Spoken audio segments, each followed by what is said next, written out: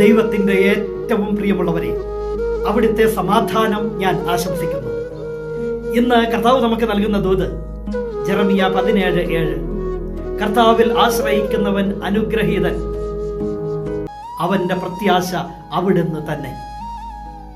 ഈ ലോകത്തിലും ലോകത്തിലെ പല കാര്യങ്ങളിലും ആശ്രയിച്ചിട്ട് അതിൻ്റെ ചില നേട്ടങ്ങളുമായി ജീവിക്കുന്നവരാണ് അനുഗ്രഹീതർ എന്ന് മനുഷ്യർ പറയാറുണ്ട്.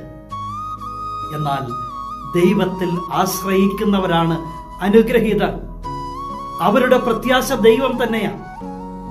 ദൈവം നൽകുന്ന കരുതലും സംരക്ഷണവും മറ്റാർക്ക് നൽകാൻ സാധിക്കും? ദൈവത്തിൽ ആശ്രയിക്കുന്നവർ ആറ്റുതീരത്ത് നട്ട മരം പോലെയാണ്. അത് വെള്ളത്തിലേക്കാണ് വേരൂന്നിയിരിക്കുന്നത്.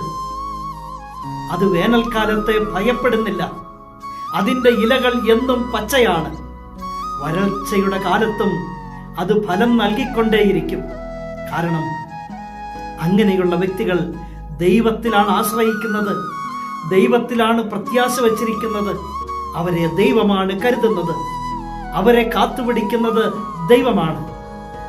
ജീവിതത്തിൻ്റെ ഏതവസ്ഥകളിലും അവരിൽ നന്മകൾ ഉണ്ടായിക്കൊണ്ടേയിരിക്കും. കർത്താവിൽ ആശ്രയിക്കുന്നവർ അനുഗ്രഹീതർ, അവന്റെ പ്രത്യാശ അവിടുന്ന് തന്നെ. കരുണാമയനായ ദൈവം നമ്മെ എല്ലാവരെയും സമൃദ്ധിയായി അനുഗ്രഹിക്കും.